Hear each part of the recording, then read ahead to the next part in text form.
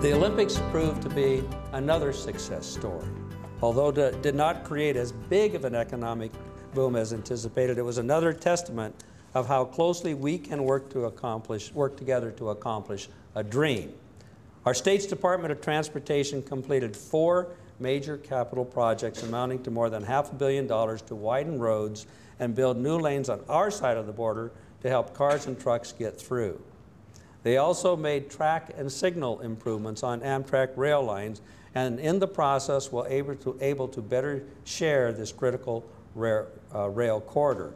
In August of 2009, Amtrak Cascades added a second round-trip line between Vancouver, BC and Portland, Oregon, providing an additional transportation option for the Olympics. Advanced traveler information systems were put into place to let border crossers know about wait times by both electronic signage, and Washington State Department of Transportation introduced the use of Twitter on top of its 511 call system to relay wait times, and they have since introduced an app for smartphones too. Are we on top of everything or what? You know?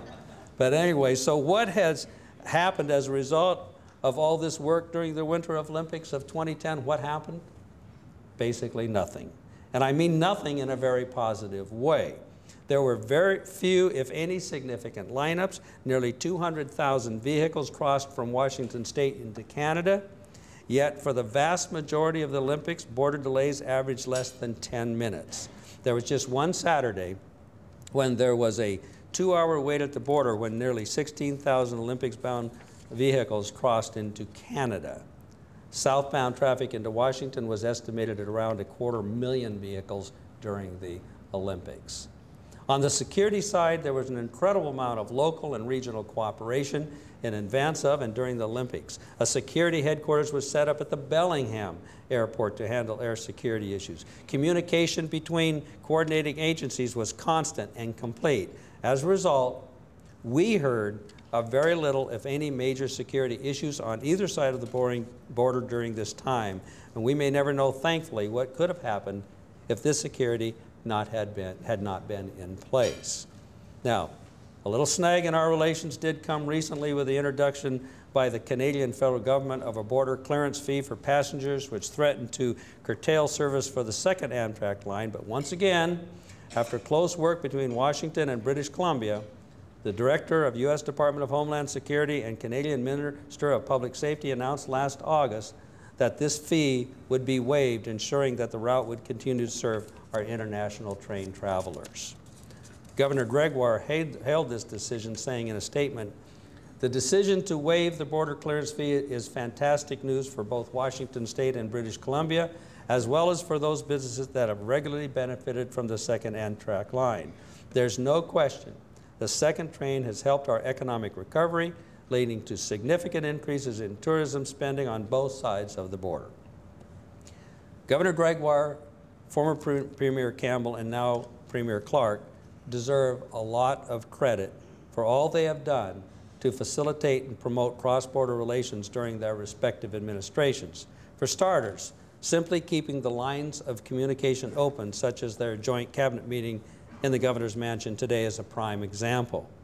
And these meetings began in 2006 and have been the force behind much of the work that has been done in cross-border relations since. Their ongoing efforts are to be applauded, but there's much more to do. Now, I'd like to tell you about Gordon Trucking Incorporated, or GTI. And I want to do this because here is an example of where we can make a difference and you can make a difference. GTI runs about 2,000 trucks in total and had just shy of $400 million in revenue last year. It's one of the top 25 full truckload carriers in the nation and the 17th largest private company in the state. It has also been named the safest large carrier in the state of Washington 5 years in a row, and recognized as the second safest carrier in North America and safest in the U.S. by the Truckload Carriers Association. GTI averages about 50 loads per week into Canada and takes around 35 per week back out. About 60% of their volume is Vancouver area crossing at Blaine, with the rest at various points throughout Alberta crossing at Eastport. They primarily ship various paper products each direction. They're based in Pacific, Washington. The business has been a family ownership since 1946. So what is GTI's biggest challenge? Company President Stephen Gordon tells us in a nutshell it is this: finding drivers that can and are willing to go to Canada. Not all of them, he says, want to expend their time it takes for an enhanced license, and most don't carry their passports, nor do they want to go through the red tape and hassle associated with transborder shipments. So for many, it's easier just to say no. Having a severely restricted pool of available folks makes it much more expensive to position drivers to support loads going both directions. Plus, these drivers have to be paid more on those trips. He says the additional requirements to clear customs electronically in both directions has made it more challenging in the last few years. It is not a harmonized process going both directions. So it means that the company must spend a lot of extra time to fill out information that their customers don't readily provide.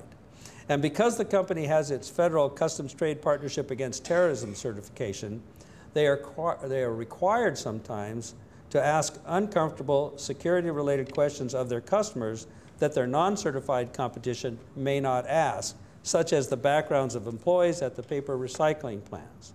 Gordon tells us this sometimes will steer their Canadian customers to other carriers.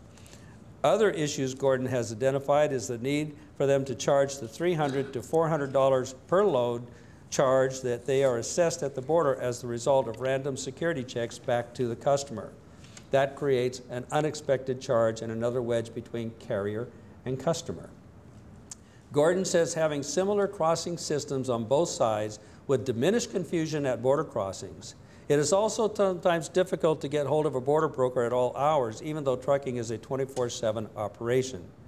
There are occasions when trucks have to wait until the next business day in order to clear customs with the right paperwork. So we may or may not be able to help GTI with their driver's refusal to carry a passport or an EDL, but I really see ways that this Beyond the Border initiative can help out companies like Gordon Trucking. Let's use the tenets of regulatory improvement to sync these processes and help them reduce the amount of paperwork that is required. Let's make the movement of goods hauled by trusted carriers as seamless and as transparent as possible in both directions. I mentioned security in terms of the Olympics a few minutes ago, and would be remiss if I did not bring up the incredible amount of cooperation that is going on between the RCMP, for you Washingtonians, that's Royal Canadian Mounted Police, U.S. and Canadian Customs, the U.S. Department of Homeland Security, and the Drug Enforcement Agency on keeping our shared borders safe and protected. There is an incredible amount of coordination that goes on with both sides of the border to stop the flow of illegal substances, especially marijuana, cocaine, and ecstasy. That alone is a huge job, and part of the challenge is just for them to be able to talk to each other on the same radio frequency. This action plan will help. And one area I haven't spent too much time on is trade and tourism. That is critical and of significant joint interest. While our state's tourism office no longer exists, we know that Canada represents a substantial and an important market for Washington's travel and tourism industry, and it works both ways. The fact that our dollars have been nearly on par means that many Canadians come from the high population center of Vancouver and vicinity are coming south to do their shopping. Now, one of my staff members is among the thousands of American citizens who venture north to Canada waters every year in pursuit of the wily Pacific salmon, halibut, and trout, or go on hunting trips for the adventure of a lifetime. And yes, I was one of those, got the biggest salmon I ever caught out of Tofino. Okay, all right, another key area. There's a great need for both sides to work together on ensuring ways that our international visitors, especially those from China and the rest of Asia, are welcomed equally on both sides of the border by the establishment of mutually recognized visa documentation. While we may compete with one another for their tourism dollars, we need to make it easier for them to travel across both sides of the border in the first place. Another key area where this initiative strikes home is in agriculture. as our countries have $33 billion in the trade of agricultural products between us. One of the pilot projects that is in the works has to do with the need for implementing electronic export certification for livestock and meat that crosses the U.S.-Canada border, just as it is now for plant-based commodities. So I could go on and on about other joint and cooperative efforts, but for the purpose of time, I will leave that to others. But I would like to give praise to those organizations that are actively engaged in cross-border issues and cooperate, such as the Pacific Northwest region, PNWAR, economic region, the Border Policy Research Institute at Western, and so many more. And it is with optimism and pride that I look ahead at the promise to come while issuing the challenge. What can we do to reduce red tape and confusion in order to enhance trade, economic development, security, and the ease of travel? Isn't that your charge? Personally, I believe we are on the right course, and I thank everyone here for all that you are doing. The Beyond the Border initiatives will certainly get us further along, and it is with passion and sincerity that we need to each do our part to make sure our respective governments are on board. We can make things easier for companies that do business on both sides. We can cut hassles for tourists and travelers who want nothing more than to see our mutually beautiful lands and comfortably share in our bounty. We can work together to put the bad guys where they belong. We are here together as friends and as family. As with any familial relationship, there will be occasional tough times and frictions. But as long as we are sitting at the same table and sharing all that is important, we can work together and make this relationship as vibrant, as meaningful, and as productive as ever. Drug smugglers and terrorists from Al-Qaeda have diminished our freedoms, but now we have an opportunity to take back what was stolen from us. And with your guidance and border initiatives we have in front of us, it will help us to return that freedom to us. Thank you all for being a part of this historic issue. Thank you very much.